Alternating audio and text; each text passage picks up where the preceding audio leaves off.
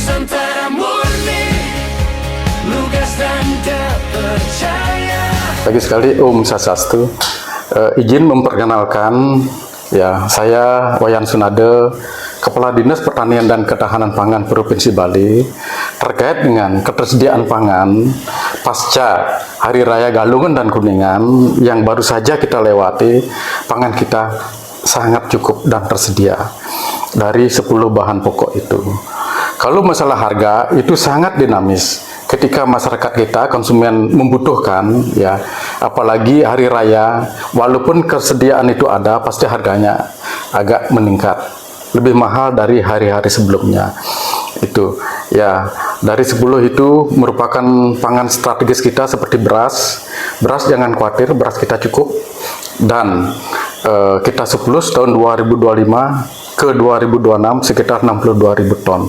Itu sangat luar biasa, di mana di tengah-tengah alih fungsi lahan begitu masif, ya, setiap tahun terjadi alih fungsi lahan, di tengah-tengah bertambahnya jumlah penduduk dan kunjungan wisata juga bertambah. Kita masih kita mampu karena kita menerapkan beberapa inovasi seperti, ya, mungkin masyarakat kita belum banyak yang tahu, kita sudah melakukan inovasi penanaman padi gogo.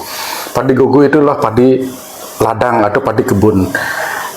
Ya, ada beberapa kabupaten kita sudah menerapkan itu seperti Karangasem, Tabanan, dan Buleleng itu. Ya, terkait dengan buah-buahan, potensi buah kita juga cukup lumayan. Seperti di Jembrana itu ada manggis, Tabanan ada manggis untuk kesiapan hari raya. Dan perkebunan kita juga sangat menarik, seperti kakao. Kita punya kakao Jembrana, kita punya kakao yang ada di Tabanan, di Cau Coklat itu kita sudah import. Kita sudah melakukan ekspor, ya, bukan import, ekspor ke Australia, ke Amerika, dan ke Singapura dalam bentuk jadi, bukan setengah jadi, dalam bentuk jadi. Itu sudah kita lakukan. Ya, seperti cabai yang sering berulang tahun itu juga sudah kita melakukan, bagi-bagi bibit cabai kepada masyarakat. Ya, sampai hari ini masih kita lakukan karena cabai itu sangat seksi, ya, dan pedas gitu. Dan kemarin sebelum hari raya Idul Adha, kita mendapat kunjungan dari Bappenas. Beliau mengatakan bahwa sangat sulit mendapatkan harga cabai di angka 100 maupun di atas 100. Padahal beliau sudah sajak nginep di Batu Riti juga nggak dapat harga cabai segitu. Masih berkisaran di angka 70 sampai 80. Kalau di provinsi lain sudah di atas 100. Gitu. Ya, karena kita sudah menerapkan bagi-bagi bibit cabai, ditanam di telajakan, di pekarangan rumah. Kalau masyarakat kita menanam 5 pohon saja bibit cabai, masyarakat kita tidak akan beli buah cabai seperti ini apalagi bawang merah kita punya potensi di menanam di Bangli, di Songan itu potensi bawang merah kita cukup bagus, ya, termasuk juga tomat, terong itu kita lakukan penanaman secara besar-besaran. Nah, kalau bawang putih memang kita akui kita masih defisit di bawang putih saja. Nanti, ya, tahun 2026 kita mendapat target dari pusat 2.500 penanaman bibit cabai, 2.500 hektar. Kalau target ini bisa kita capai, saya yakin tahun 2026 dan 2027 kita tidak defisit terhadap bibit cabai. Ya, itu, ya. Kalau daging ayam, telur, daging babi, dan daging sapi itu surplus semua. Kita nggak ada masalah kok. Di tahun 2026 ini kan sudah semester 2 nih. Ya. Apa yang menjadi program unggulan di Dinas Pertanian ini? Jadi program unggulan kita di Dinas Pertanian tetap, ya, program unggulan kita adalah meningkatkan produktivitas. Tadi saya sudah sampaikan lahan kita sempit, ya, lahan kita sempit. Yang kita menjadi unggulan kita, program unggulan kita adalah meningkatkan IP. IP itu adalah indeks pertanaman. Indeks pertanaman kita tidak lagi melakukan panen raya ataupun penanaman secara bersamaan karena kita mengejar ketersediaan air. Begitu petani kita panen, 15 hari setelah panen kita melakukan penanaman lagi.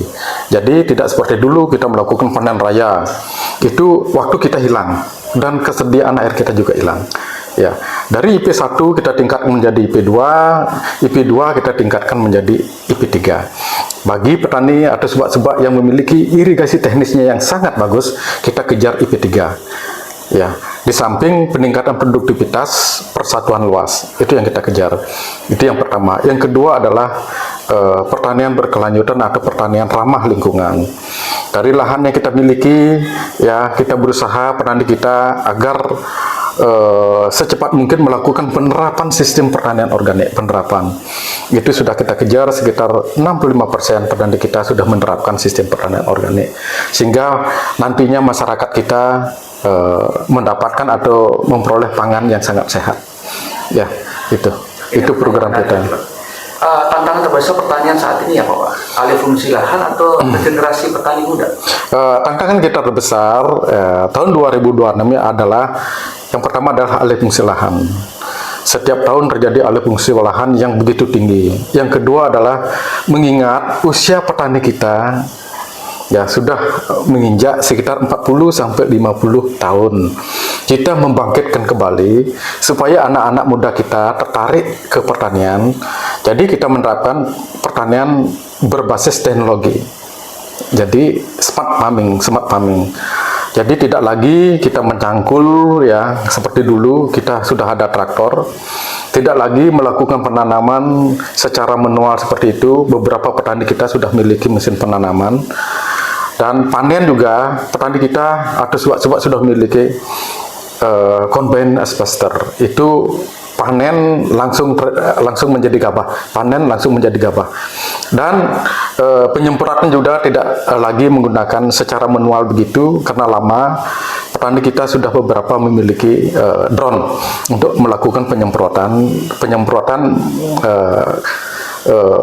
secara dengan pemupukan dengan drone ataupun penyemprotan untuk hama dan penyakit, juga zat kimia pestisida menambatinya dengan menggunakan drone seperti itu.